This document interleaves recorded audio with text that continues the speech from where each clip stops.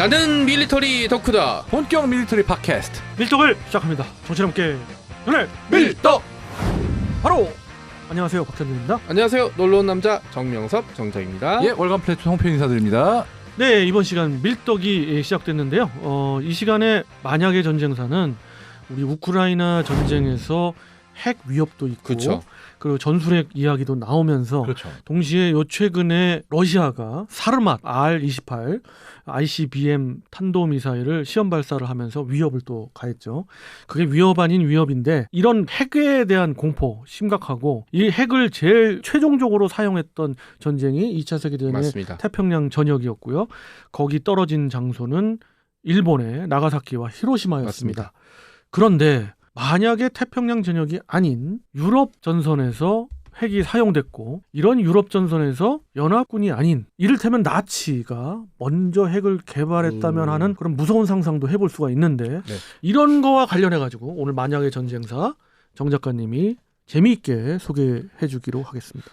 저는 실제로도 가능했을 것 같아요. 그러니까 정 작가님이 이야기했지만 이 정 작가님 시리즈는 무엇이든지 상상할 수 그렇죠. 있는 거고, 그렇죠. 네. 뭐 현실 역사를 약간 왜곡을 하더라도 그렇죠. 그런 가정을 해보고 얘기하는 그러니까 거니까. 뭐 간단하게 말씀드리면 내가 첫사랑이랑 결혼을 했다면이라는 싱크로 생각하시면 될 것 같아요. 내가 네. 그때 진짜 헤어지지 않았으면 이거로 그렇죠. 주제로 갈까? 사실 히틀러가 핵 개발에 그렇게 의욕적이지 않았으니까 어떻게 보면 결국은 맞습니다. 이게 늦은 거지. 만약에 히틀러가 40년 정도에 이 핵 개발이 가지는 가능성을 간파하고, 야, 여기다 투자 빵빵하게 하라. 그렇죠. 그랬으면 어떻게 될지 모르는 거긴 사실 하거든요. 그 맨하탄 프로젝트의 시작은 차라리 아인슈타인 박사가 나치 독일의 핵무기를 개발할 수도 있다. 그렇죠. 미국이 빨리 개발해야 된다는 편지를 루즈벨트 대통령한테 보냈고, 그 편지를 받은 루즈벨트 대통령이 과학자들을 모으면서 이제 시작을 한 거였죠. 그게 그 유명한 맨하탄 프로젝트였었고요. 뭐 우리는 맨하탄 프로젝트 결과물에 대해서 알죠. 심지어 부통령도 몰랐어요. 그러니까요. 네, 그래서 부통령은 루즈벨트 사망하고 개발 계획을 얘기를 듣고 나서 이제 더 빨리 추진해라라고 하고, 45년 7월에 그 뉴멕시코 로스알라모스 그 실험장에서 이제 실험이 되고, 그 터진 폭탄은 트리니티라는 이름의 폭탄이었습니다. 그리고 개발됐던 리틀보이, 팻보이를 히로시마와 나가사키에 떨어뜨리면서 전쟁이 끝났던 거였었는데, 그 독일 역시 30년대 후반쯤에 핵을 무기로 쓸 수 있다라는 생각을 가진 것 같아요. 그래서 이제 독일 같은 경우는 우란 프로젝트, 그러니까 우라늄과 프로젝트죠. 이걸 합성된 얘기를 해서 계획을 진행을 했고, 그 다음에 여건은 갖춰져 있던 게, 벨기에를 점령했을 때 벨기에 식민지가 저기 아프리카였는데 거기 우라늄 광산이 되게 큰 게 있었어요. 예. 그러니까 우라늄을 확보할 수 있었고, 그 다음에 또 하나 필요한 게 중수라는 거였었는데, 또 중수? 노르웨이에 중수가 있었어요. 그렇죠. 네. 그러니까 노르웨이도 점령했어요. 그러니까 여건은 있네요. 그러니까 사실 아인슈타인이 편지를 보냈던 거고, 이 편지를 단순히 그냥 대통령이 알버트 아인슈타인 박사 편지 이런 게 아니라 검토하고 나니까 가능성이 높다라는 얘기 듣고, 그럼 우리가 빨리 개발해야겠네라는 게 시작이었어요. 근데 아인슈타인이 굉장히 나치즘이 그렇죠. 없으면, 거의 신봉자였으면, 네. 만약에 히틀러의 그렇다면. 신봉자였으면은 절대 편지를 안 그리고 보냈겠죠. 이제 편지가 그렇죠. 갔는데 배달 사고가 났을 수도 있어요. 예.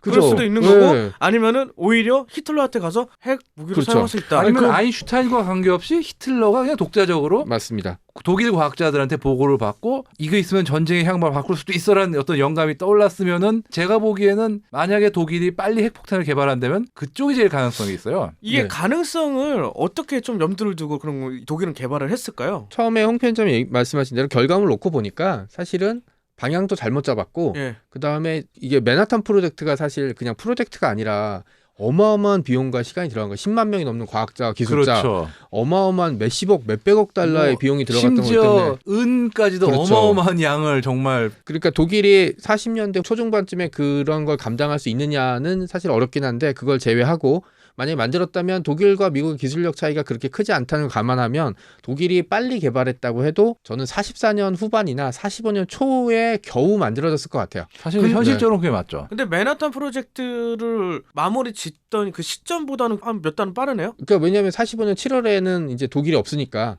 네, 이제 그건 할 수는 없는 거고, 그나마 핵무기가 유의미하게 전사를 바꿀 수 있는 마지막은 아무리 늦어봤자 45년 1월일 것 같아요. 그러니까 그 시점에 만들어졌다면 사실 미국이 제일 타겟이 돼야 되는데, 그때 독일군이 갖고 있던 폭격기로는 미국으로 갈 수 있는 폭격기가 없었어요. 아메리칸 bomber라고 미국을 폭격할 수 있는 폭격기를 개발하려고 노력했지만 그 시점에선 실패했던 상황이고요.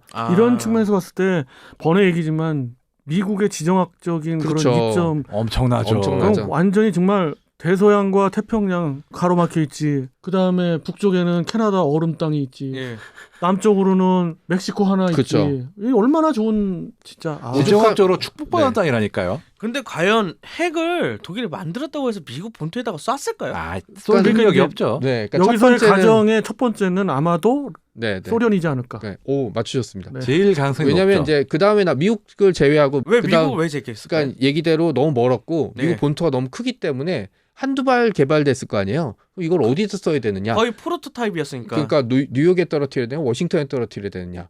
예, 이렇게 되는 문제들이 하나 있었고, 그러니까 예. 전쟁 역량을 무너뜨리기에는 너무 적은 숫자고 예. 기술적으로 도달할 수 없고, 서유럽 같은 경우는 그 시기에 떨어뜨릴만 되는 런던이랑 파리 정도겠죠. 근데 예. 런던이랑 파리에 떨어뜨린다고 사실 뭐 미국이 전쟁을 포기할 건 같진 않고, 그렇죠. 예. 당시에 핵을 사용했다면 원자탄을 사용했다면 나치 입장에서는 가장 먼저 사용했을 게 당연히 러시아겠죠. 모스크바. 네, 모스크바.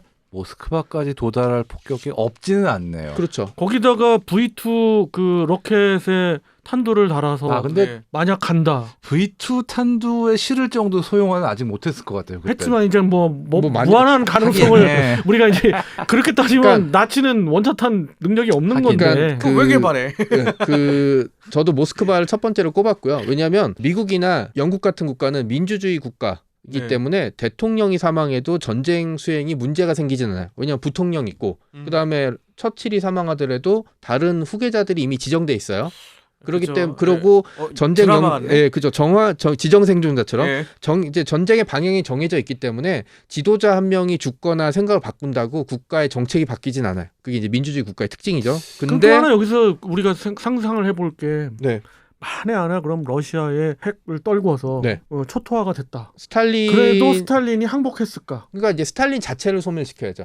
왜냐하면 그러니까. 1950년대 스탈린이 죽었을 때 내부 암투가 엄청 심했어요. 왜냐면 후계 구도를 당연히 정해놓지 않죠. 독재자니까. 제가 모스크바를 목표로 했던 이유 중에 하나가 거기에 있는 스탈린 때문이었어요. 예. 스탈린과 수뇌부가 사망하게 되면 다른 국가였다면 그냥 전쟁을 하겠지만 소련은 내부 암투에 접어들거나 엄청난 혼란이 있을 것 같아요. 여러분들이 좀 참고로 좀 봐주셔야 될 거는 우리가 이제 원자 폭탄 이야기를 하고 어디에 떨궜다 뭐 이런 네네. 얘기를 하는데 이게 좀 어떻게 보면 가볍게 생각하면서 네. 만약에 전쟁에서는 그렇게 보셔야 네. 되는 겁니다. 그렇죠. 이거에 대한 인명 피해나 뭐 이런 거를 그렇죠. 갖다 경시하고 이야기하는 측면은 절대 아니라는 거 다시 한번 그리고- 강조드리고 싶어요. 그리고 또 런던에 떨어뜨리면 문제가 하나 생겨요.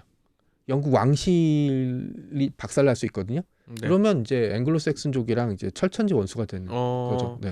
그럼 이 어찌됐건 원자폭탄을 터뜨리면 그 위력을 연합국에서 봤을 볼 거 그렇죠. 아니에요. 네. 그 전쟁의 양상은 어떤 식으로 변할까요? 그 힌트가 나오는 게 발키리 작전이었어요. 발키리 작전을 수행했던 어쨌든 히틀러 암살 작전을 기획했던 그 장교들이 생각했던 건 뭐냐면 히틀러를 제거하고 나서 서유럽 국가들과 종전한다. 그러니까 영국과 프랑스와는 교전을 중지한다. 네. 그리고 모든 역량을 동부 전선에 집중시킨다. 그렇지. 물론 쿠데타에 가담하지 않았던 다른 장성들은 바보 같은 짓이고 그다음에 그렇게 한다고 해도 미국이나 영국이 들어주지 않을 것이다라고 이제 얘기를 했고 그게 맞는 얘기였어요. 하지만 모스크바가 잿더미가 되고 거기서 뭐 누가 나와서 우리 이런 거 한 100발쯤 있어. 히틀러 당신이 맞았어. 네네. 이렇게 이런 거 한 되면 100발쯤 있어. 그러면 서유럽에서는 생각이 좀 달라질 수 있죠. 다음 목표가 어디냐 했을 때는 내가 살고 있는 도시 위쪽이 될 수도 있고 적어도 히로시마나 나가사키에 떨어진 정도 위력이었을 거 아니야. 사람이 10만 15만이 폭탄 한 방에 죽었다고 하면 사람들이 좀 멈칫하게 될 수밖에 그 없죠. 지구상에 유일하게 갖고 있고 그렇죠. 자기네들만. 네네. 지금 저는 약간 생각이 다른 게 모스크바보다는 사실 45년 시점에서 모스크바까지 투발선을 찾기가 쉽진 않거든요. 독일 입장에선.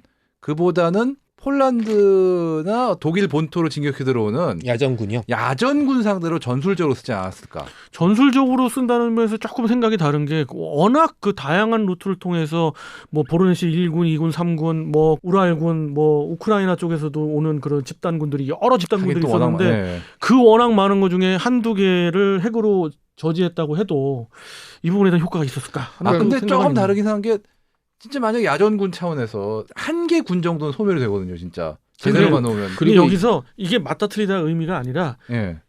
나는 정 작가님 쪽에 조금 기우는 부분 중에 하나가 이게 다른 국가도 아닌 전체주의 국가. 국가란 말이에요. 스탈린이라고 하는 한 사람의 어떤 죽음이 갖는 의미는 거의 종전이에요. 루즈벨트나 아니면 뭐 처칠이 죽는 거랑은 뭐 상관이 없죠. 실제로 루즈벨트 대통령은 전쟁 끝나기 전에 돌아가셨고요.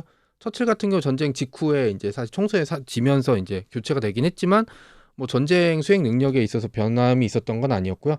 만약에 그렇게 돼서 서유럽이 스톱해버리고 소련의 전쟁 수행 역량이 스톱되면 그 45년 초, 44년 말, 44년 초 그러면 프랑스 일부, 그 다음에 폴란드도 분단 이렇게 돼서 독일은 어느 정도는 세력이 남아있을 가능성이 높고요. 일단 고착화는 되고. 그렇죠. 그 다음에 이제 분단된 프랑스와 영국, 예. 그 다음에 두 나라를 지원하는 미국, 그 다음에 이제 스탈린이 죽었다고 뭐 전쟁 수행 역량은 끝났겠지만 뭐 그렇다고 소련 영토가 다 밀리거나 그러진 않을 테니까 예. 그러면 남아있는 소련 이렇게 돼서 이제 우리가 그 이후에 냉전은 사실 동서 충돌이라고 보는데 거기에 이제 나치 독일이라는 하나의 이제 변수가 하나 더 생기게 되는 거죠. 그러니까 뭐 동중서 뭐 이 정도로 되는. 아 골치 아프네요 진짜. 그러니까 이게 비슷한 게 사실은 원자폭탄 관련해서 독일이 먼저 개발했다라는 식의 이제 이야기는 대체 역사 소설이죠. 되게 유명한 뭐 높은 성의 사나이라든지 그 다음에 당신들의 조국에도 예. 나왔고 조금 비슷한 게 이제 2009 로스트 메모리즈에서도 베를린에 원폭이 투하되면서 이제 전쟁이 다른 향방이 바뀌어졌다. 그러니까 원자폭탄이란 존재가 전쟁을 어쨌든 마무리 지은 존재고 만약에 그게 44년도라든지 45년 초에만 개발됐다 그러면 저는 분명히 베를린에 썼을 거예요. 썼다고 봐요. 맞아요. 예, 그러니까 지금은 뭐 이 원자폭탄이 터지면 효과라든지 정치적인 문제를 생각하지만 당시엔 그러진 않았을 거예요. 네. 그럼 어쨌든 독일이 그래 모스크바에다가 날려서 네. 서유럽은 일단 어느 정도 고착화되고 네.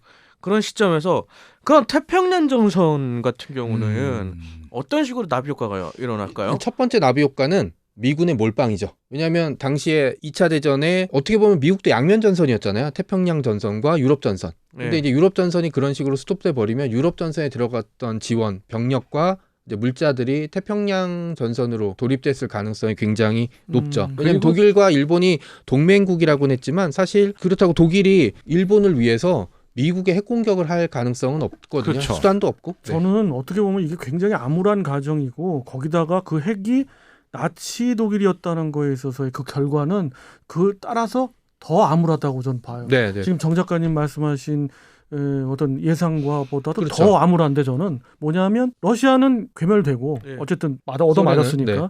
그리고 그걸 본 서유럽도 결국은 전쟁 포기. 네. 역량이 한쪽으로 이제 동부전선 쪽을 완전히 이제 정리되고 네. 나치가 서부전선으로 간다 그러면 동부전선의 그 주력 부대가 서부전선의 그 연합군하고 막기가 쉽지 않고 그다음에 한 발을 떨어졌다는 얘기는 여러 발 갖고 있을 네. 수도 있고 그래서 말씀대로 영국이나 파리도 공격할 수 있는 부분이고 그렇게 되면 결국 서유럽 전체와 동유럽을 위시한 나치 제국은 형성이 될 거고 영국만 그냥 홀로 영국도 난 불안할 것 같아요. 아, 영국도? 네, 그래서 결국 말씀대로 그거는 저는 동일해요. 뭐 미국이 그것 때문에 태평양 전쟁 쪽으로 전역 쪽으로 몰빵한다는 것도 맞는 거고 결국은 미국과 나치의 어떤 냉전? 네. 요렇게 대려? 바뀔 것 같아요. 그러니까 이제 사회주의, 참 공산주의 그리고 되게 웃긴 게 나치즘이 원래 시작한 게 국가사회주의예요. 그렇죠. 노동자 당이었으니까. 그러니까 변질되긴 했지만 요 세 개의 이제 이념이 부닥치는 거고 일본 쪽은 사실 태평양 지역에 걸려 있던 미국의 이익을 생각하게 되면 본인들이 핵무기를 맞지 않고 그다음에 원래 역사대로 가더라도 한 7월쯤에는 미국도 핵무기를 개발하게 되면 냉전이 성립된 이유는 핵무기 때문이었잖아요. 그렇죠. 그러니까 사실 나치 독일과 이제 미국이 어느 선에 섰는지는 모르겠지만 근데 되는 저는 거죠. 다르게 보는 게 독일이 먼저 갖고 있잖아요. 네. 이게 다 어쨌든 아인슈타인의 편지도 있었고 네네. 그걸로서 좀 박착이 가 있는데 저는 그보다는 만약에 독일이 핵 개발하는 걸 눈치를 못 챘으면 네. 오히려 미국은 그보다 그 이상 그 이후 좀 더 네네네. 지나서 1945년 7월이 아닌 그 1946년 7월 여기까지 갈 거라고 네네. 보거든요. 그렇게 되면은 전쟁 양상은 확실히 좀 더 달라지지 않았을까 태평양 전선에서. 태평양 전선에서 그러면 이제 몰락 작전이 아마 시행될 것 같고요. 네. 몰락 작전이라면은 진짜 독일, 일본 상륙이죠. 본토 상륙 작전이죠. 아예 미국이 그냥 물량으로 때려 부른다. 그렇죠. 그리고 이제 본토 상륙 작전, 그러니까 이제 몰락 작전이 시작된 게 46년이었기 때문에 네. 그때 핵무기가 나왔으면 네. 예, 그때 일본 본토에다 핵무기를 썼을 거예요. 전술핵 지금 쓰듯이. 어찌 됐건 간에 그 전에는 도쿄 그쵸. 쪽에다 폭격을 할 거고. 맞습니다. 그러고 나면 사실 소련이 전쟁이 종전됐기 때문에 태평양 전쟁에 끼어들 여지도 없거든요. 그렇게 되면은 우리나라 광복군까지도 올 것 같은데 저는 광복군이 8월 달에 그죠. 투입될 계획이었죠. 독수 작전을 투입을 할 거란 말이죠. 그렇게 되면은 자주적으로 강복군이 들어가서 진행을 하게 되면은 확실히 말씀드릴 수 있는 건 소련군과 미군이 들어와서 일본군을 무장하게 위해서 38도선을 그진 않겠죠. 그 이유가 없죠. 왜냐하면 소련군이 들어올 이유가 없으니까. 안 들어올 거예요. 예. 그건 네. 확실해요. 그렇- 네. 참 아이러니하네요. 내가 거기까지는 그러니까요. 생각을 안 해봤는데 예. 결국은 만약에 러시아의 원자폭탄이 떨어지고 그럼으로 인해서 아이러니하게 우리가 자주적인 독립을 할 수 예. 있다는 결론에까지 이르긴 하는데 진짜 원자탄의 인류에게 주는 공포와 그렇죠. 그 처참함은 뭐 이루 말할 수 아. 없고 우리가 이제 전쟁을 뭐 미화하려고 그러는 것도 아니고 아무것도 아닌데 이거는 우리 말 그대로 그냥 소설 쓰는 거예요. 네. 그렇죠. 소설이죠. 제가 이걸로 나중에 소설 쓸지도 몰라요. 정 작가님이니까 네, 그렇죠. 대체 왜냐하면 역사. 또 충분히 제가 가능하시죠. 제가 좋아하는 장르 중에 하나가 아. 이제 대체 역사고 사실 그래서 만약에라는 걸 좀 진행하는 것도 있고 제가 흥미진진해요. 말씀하신 대로 전쟁을 장난으로 생각하거나 유의처럼 생각했던 건 아니고요. 이게 이제 전쟁의 여러 가지 얼굴이죠. 진짜 몰라. 처칠이 길 가다가 갑자기 교통사고 당해서 죽었어. 그럼요. 네, 네. 그렇게 사망을 했어요. 네. 그렇게 되면은 또 전쟁은 어떻게 어떻게 될지 달라질지 모르죠. 모르는 그렇죠. 거지. 그리고 히틀러가 정신을 차려갖고 야 여기까지 그 프랑스 점령해서 여기까지라고 그랬으면은 어떻게 될지도 모르는 거였어요. 그렇죠. 예, 그리고 좀 지난 얘기지만 예전에 나왔던 그 영국과 프랑스의 백년 전쟁 때 영국 왕이 이겨갖고 프랑스 왕의 사위가 돼요. 사위가 되면서 왕이 죽으면 내가 당신 딸이랑 결혼했으니까 내가 프랑스까지 내 땅. 내가 그리고 이제 왕이야? 누가 봐도 프랑스 왕이 먼저 죽을 줄 알았는데 영국 왕이 먼저 죽었어요. 30살 정도에. 이번 시간 만약의 전쟁에서는 상당히 암울한 어떻게 보면 핵이라는 그런 그렇죠. 주제였지만 정말 결론은 이상하게 우리 쪽에 웃는. 네. 좀 웃어지는 그런 또 이야기까지도 됐네요. 그렇죠. 그렇게 또 한번 살짝 틀어버리니까는 그러니까 나비 효과라는 게 어떻게 될지 튈 수가 어디로 튈지 모르니까 나비 효과인 거죠.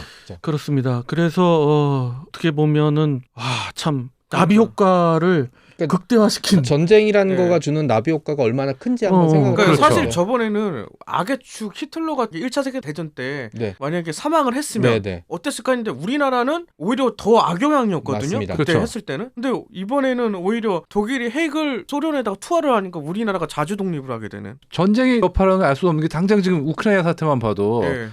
저 지구 반대편에 우크라이나에서 전쟁이 났는데 당장 우리 먹을 라면값부터 오르게 생겼어요 지금. 그러니까. 아무도 알 수가 없는 거예요. 뭐가 어떻게 될지는. 네, 그렇습니다. 그래서 이번 만약의 전쟁사 한번 상상의 나래를 폈고 네. 여러분들 입장에서는 만약의 전쟁사가 어떻게 보면 생각을 좀 넓게 볼 수 있는 맞습니다. 여러 가지 의견을 가지게 할 수 있는 그런 코너잖아요. 그래서 더 흥미를 끌고 있는 것 같고요. 다음 시간에도 만약의 전쟁사 기대가 되는 다른 주제를 가지실 것 같고 이번 시간의 주제는 바로 독일의 나치가 핵을 가지고 있었다면 먼저 개발했다면. 먼저 개발했다면 이러한 아우, 가정을 네. 갖고 한번 이야기해보는 시간 가졌습니다. 다음 시간에 또 다른 주제를 가지고 만약의 전쟁사 찾아뵙도록 하겠습니다. 정치와 함께 경례 밀떡!